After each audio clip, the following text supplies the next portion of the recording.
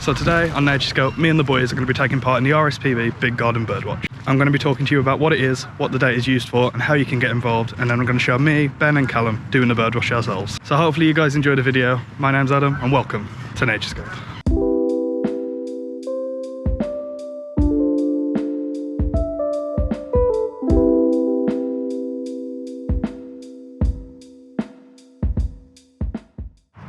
Today I've come to my local park to explain to you a little bit about the Big Garden Birdwatch. Here it's mainly ducks, so I doubt you'll get many of those in your garden unless you live near water, but it's a good way to show off some of the UK's bird life.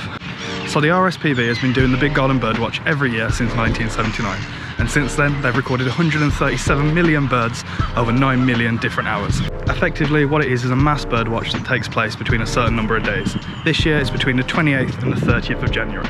All you need to do is take an hour out of your day to sit in your garden or a green space like this park I'm at today and watch for an hour and count any birds that land. This year in 2022 it's taking place between the 28th and the 30th of January. It's really important to note that this doesn't include birds flying over, it's only the birds that land. After you're done, you'll write up your data, send it off to the RSPB, and they'll put it in one big database to work out how the UK's native birds are doing. Last year over 1 million people took part, giving the RSPB some real valuable data on how our birds are doing. Since the RSPB started the birdwatch, there's unfortunately been a decrease in a few of our birds. Starlings, blackbirds, robins and house sparrows have all declined since the start. On the other hand, birds like wood pigeons, goldfinches and blue tits seem to be on the rise. As well as birds, the RSPB asks you to count anything else that happens to come into your garden or the space you're watching during that time. This includes things like squirrels, foxes, badgers and hedgehogs, but obviously that'll be dependent on the time of day you're doing your watch. You'll likely see more of those, apart from the squirrels, at night. So without further ado, let's see how me, Ben and Callum get on with this year's Big Garden Birdwatch. And now Callum's planning on doing a little bit of photography alongside his birdwatch, so hopefully we'll have some cool shots to show you from that. Enjoy.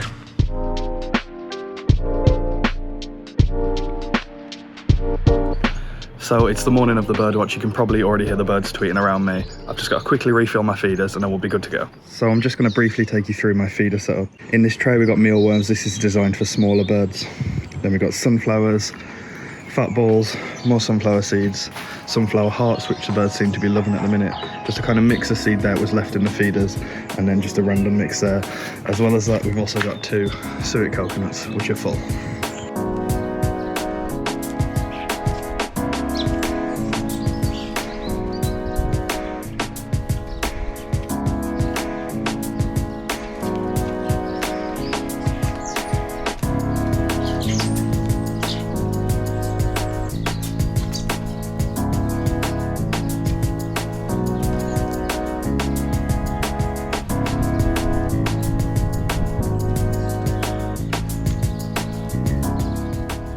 Over in the Midlands, the birdwatch is going really well. I've seen quite a lot of stuff so far, mainly sparrows and starlings, which I was kind of expecting. We have a flock of house sparrows that live in our hedge in front of our house. But yeah, they've really taken to the mealworms that I put out, and it's been really interesting to see, because even though you kind of have a glance out the window every so often, you never actually sit and watch my bird feeders. At least I don't anyway. I put the food out for the birds. I never really sit and watch for that long. But it's been really interesting to see.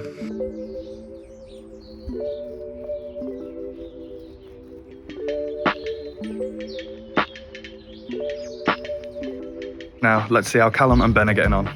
Thanks, Adam. I'm going to be doing things slightly differently on this one. I'm going to stay in my dining room, but I've still got a perfect view of the garden from back here.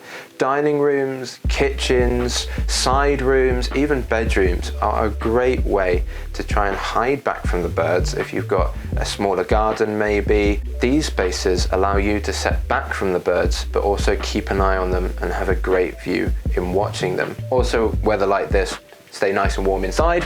But there's no problem with going in the garden, sitting in the garden furniture, sitting on the ground or anything like that. It's simply just ease and what works for you. So I'm going to be sitting here, just by this window here, to watch the birds. Now, I'm also going to take us into the garden. Now, when we go into the garden, I'm going to show you the feeder, and also I'm going to show you some more camera tricks. You know me, I do like my cameras. So this one here, this is a trail cam.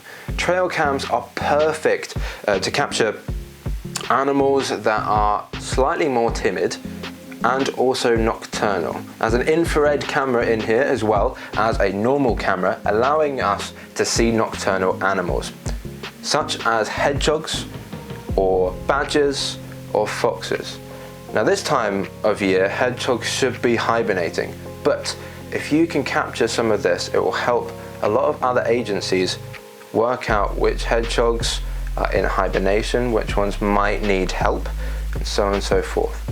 So these cameras can do a wide range of things, allowing us to see things while we're sleeping, but also capture more data that is needed in order for us to save our natural world. Just like the RSPB are doing this on these dates here as the Great Birdwatch in the Gardens. So that's what I'm going to do. I'm staying home. Ben's off at the David Attenborough Nature Reserve. And also you can do various other things. You don't need to have something complicated like a trail cam. You can simply just use a GoPro. So we'll go into the garden, we'll show you how it works, and then I'll come back here, we'll see if we can see any birds. Also, I've been looking in the garden all day and I haven't really seen anything yet. If I don't see anything by the end of the time that we finish up on this survey, doesn't matter. I'll show you why, or I'll tell you why that doesn't matter. Not to get disheartened if you can't get any birds into your garden. It just either takes time or there may be some other things that you can do. So that's what we're going to do today. So if you follow me, we'll go see what we can find in the garden. So here's a perfect spot. Right by the bushes here. Hide the camera, as you can see, camouflaged in amongst those bushes. Sprinkle some food on the floor and hopefully we'll be able to capture an amazing image. As you can see, the red light is on. Got it controlled via my phone. Set that all up. I can turn the camera off or on at any point to save battery life. And also I can set it to manual mode where it will start to record and will either take photos or it will record throughout the time. So let's set it up.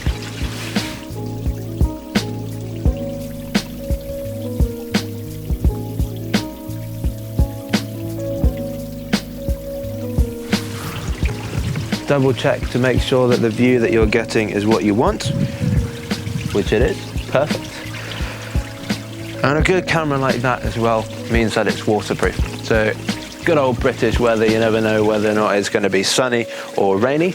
And so investing in something like that doesn't even have to be like that. You can simply use a GoPro with a waterproof casing. So we'll leave it there, we'll see what we capture, sprinkle some food on the floor, and we'll get back inside. Unfortunately, I didn't see anything land in my garden, so I won't be recording any birds seen, but I will log on and submit anyway just to show that I did do it, but I didn't see any birds. I did see quite a few fly over, but per the RSPB guidelines on how to do this, it is if they land in your garden. So I saw things such as pigeons, seagulls, also saw a buzzard at one point fly as we have a forest just back there. But like I said, if you don't see any birds land in the garden, it doesn't matter. Keep putting food out, keep going, keep trying, and hopefully eventually some birds will come by. Don't be disheartened, just keep putting food up there. What also you could do is head over to the RSPB website where they have a huge amount of information that can help you on where to set up your bird feeder to ensure that it is hidden away so that birds feel protected, but also it's not near any bushes where predators could be hiding inside.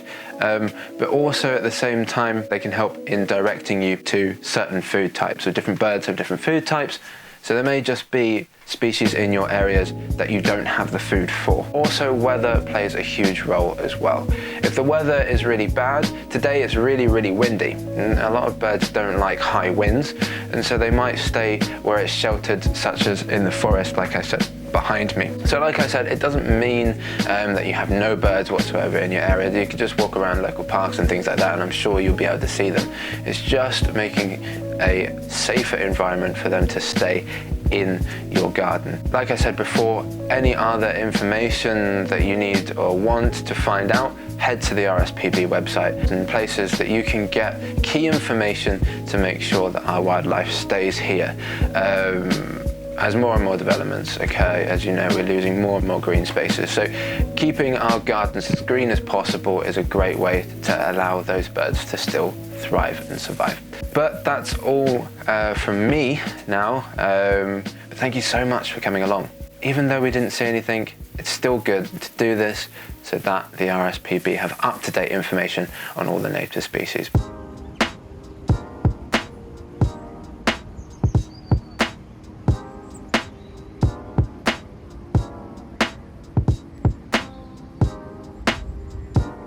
Hey guys, today I'm going to be heading to Attenborough Nature Reserve to take part in the Big Garden Birdwatch. The reason I'm going to be going to Attenborough is because I want to show you how you don't have to have a wildlife savvy garden or a garden at all to take part in the birdwatch. And you can in fact travel to a local green spot and take part there.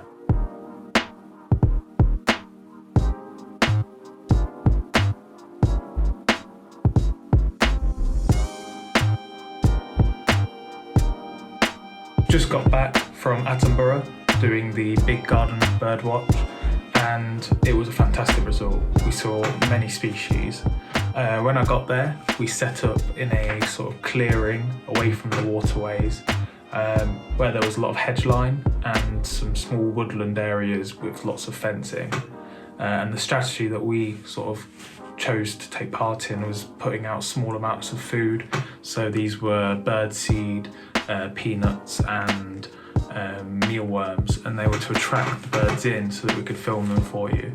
We did see some other birds out of camera shot that we won't be able to show you in the video unfortunately, but mainly what we saw was sort of a group of species. There was blue tits, grey tits, there was robins, we saw some chaffinches and goldfinches out of camera, wood pigeons. We managed to see actually male and female reed buntings, which was amazing to see. I've never seen them before. And there was also things like tree sparrows and dunnocks. And there was also a rogue female pheasant, which is actually a non-native species. But it was fantastic to see all these songbirds doing well in their wild habitat. And I've just loading up my laptop now to submit the findings to the website. So I hope that you've all had as much luck as I have, and I hope you find some great species, whether it be in your gardens or in your local green area. So that's it from me, and I'll see you in my next video.